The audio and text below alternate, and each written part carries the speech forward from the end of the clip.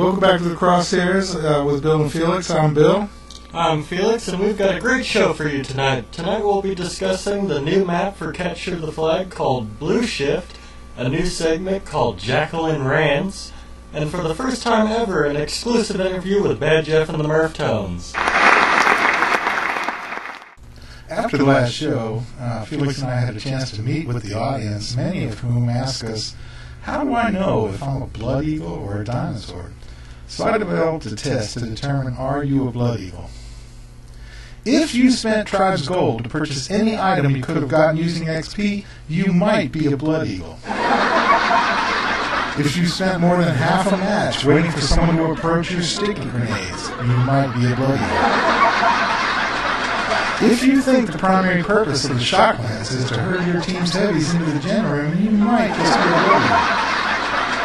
If you prefer to suicide rather than face an opponent in combat, you might be a blood eagle. If you think that pit by the gens would be a nifty place to hide while your health regens, you may be a blood eagle. If you think your class is named Fractal Grenade, you might be a blood eagle. If you think mid-air blue plates are impossible and claim hacks when it happens, you may just be a blood eagle. And so that's how you tell if you're going to be a blood eagle or a diamond sword. And since we have enough time, here's a special bonus clip of Billow and the gang celebrating the Game of the Year edition while doing the Harlem Shake. Oh no. Con los terroristas.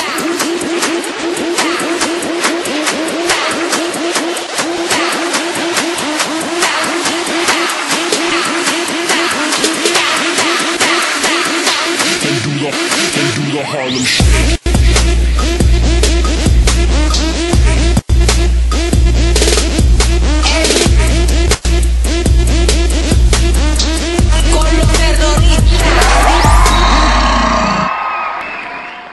Okay, next up, I guess we'll talk about Blue Shift. Have you played Blue Shift? I played a few matches of it, but it's it isn't one of my favorites, but I do like how it's unique in its own way. I see. Okay, well there's the Borg-like base. I've been lost in it a couple times, but I'm starting to get to know my way around. Of course, the flag is right here on this upper tier, and then you've got these little. It didn't show it there very much, but they got those little angle things. There's the sensors. Yeah, I've tried to use them, grabbing the flag, and use them how Here's they're intended. One of those jet things shoots you off. I do notice that in a heavy, you want to use the jet thing that's on the left, not the one on the right, because it throws you down into a hole and hurts you. Anyway, you come over here, you can grab the flag, and then use these curvy wall things. Ooh! To slam into the wall. That's about what happens whenever I try to do it. Yeah, and then I guess we're going to go down into the base and see what kind of stuff's inside the base here. Let's see what we got. More board stuff. Let's see. I would have to guess this is a Blood Eagle world rather than a Diamond Sword world, because I haven't seen a lot of... Oh, there's a gen. And of course... Yeah, it's packed way in there. If you don't know your way around the base, I'd consider not even going in it. Well, and it's easily defendable, because you just place a couple turrets down in there, and one or two guys could defend that gen room pretty good. And beautiful sky map on this skybox. Oh yeah, I'm always worried about one of those asteroids hitting me while I'm sniping, though. It looks like Earth's moon there on top. So anyway, that's pretty much it. The same gameplay as all the rest. And now it's time for a new segment we like to call Jacqueline Rants. You know, I realize now that I'm an atheist, but I'm teetering. And I'm not teetering on believing in God. I'm either going to stay an atheist, or I'm going to believe in 8,000 gods. A God for everything. A God for it's too hot, a God for it's too cold, a God for my coffee's too hot, a God for everything. And I think I may have run into one of the minor deities recently.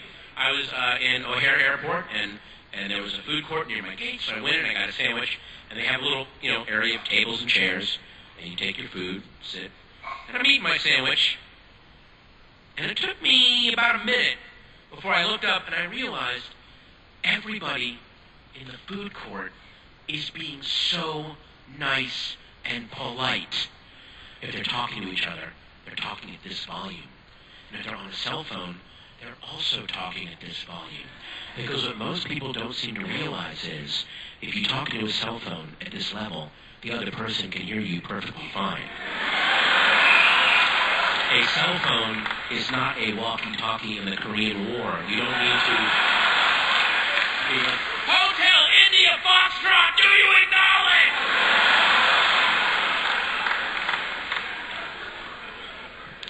People would finish eating, they would take the uneaten part of their food, put it back in their bag, tie the bag up, save a napkin, give the table a courtesy wipe. A courtesy wipe! They put their chairs back in before they left, and I'm watching all this, and I'm thinking, we're going to make it. We're going to make it as a species. And as if the universe heard my thoughts, it sent this guy, and look, there's all kinds of ways to get fat. I'm getting fat my way, you're getting fat your way, or not. But this guy had gotten tragic avalanche fat. It had all like slid down here and smothered an alpine village, and it was just this pool of fat. And he came in, he had a cheeseburger in a bag, and he walked up to the table. And by the way, when I say walked to his table, I meant he didn't fall down 30 times in a row. So he was just like this, whoop, whoop, oh! And gets to his table, kind of aims himself over his own chair because his knees have long ago turned to powder. They're gone. So he aims himself, and he's got the cheeseburger, and he dropped the cheeseburger and himself at the same time. Really, it was like one of those Galileo gravity experiments. It was like, they both hit. Cheeseburger, me. Gets the cheeseburger out of the bag, throws the bag on the floor, gets the wrapper off, eats the cheeseburger, and when I say eats, I mean he went, he just took 3 bites.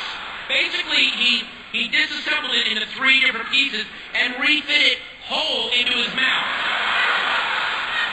He was like, I solved the puzzle!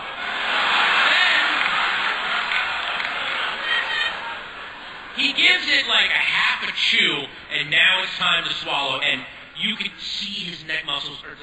Please, God, don't do it. They're sending every pain signal they can think of into his brain. They're making up, they're eaten by a shark. Send it, see if it'll stop him.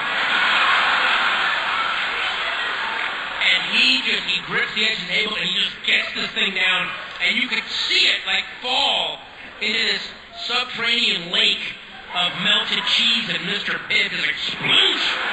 And then he like wipes his face with the wrapper and then leaves, and he left like this. This is how he left his table. He was just like this. Like his whole life, he's the boulder from Raiders of the Lost Ark. He's just in front of, hey, whee! And I'm telling you, it's like the god of sloppiness heard my hopeful thoughts and said, send him my avatar. Let him know I exist!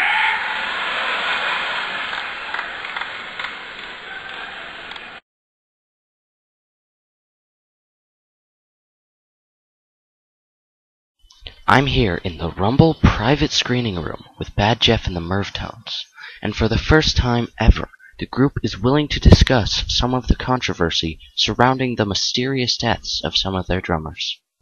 Your first drummer was... Stumpy Pete. Oh, yeah. Great, tall, blonde geek with glasses. Yeah. Good drummer. Great look, good drummer, yeah. Good drummer. And what happened to him? He died. He died in a bizarre gardening accident some years back. It's really one of those things that was, the authorities said, best leave it unsolved, really. And he was replaced by... Stumpy Joe. Eric Stumpy Joe.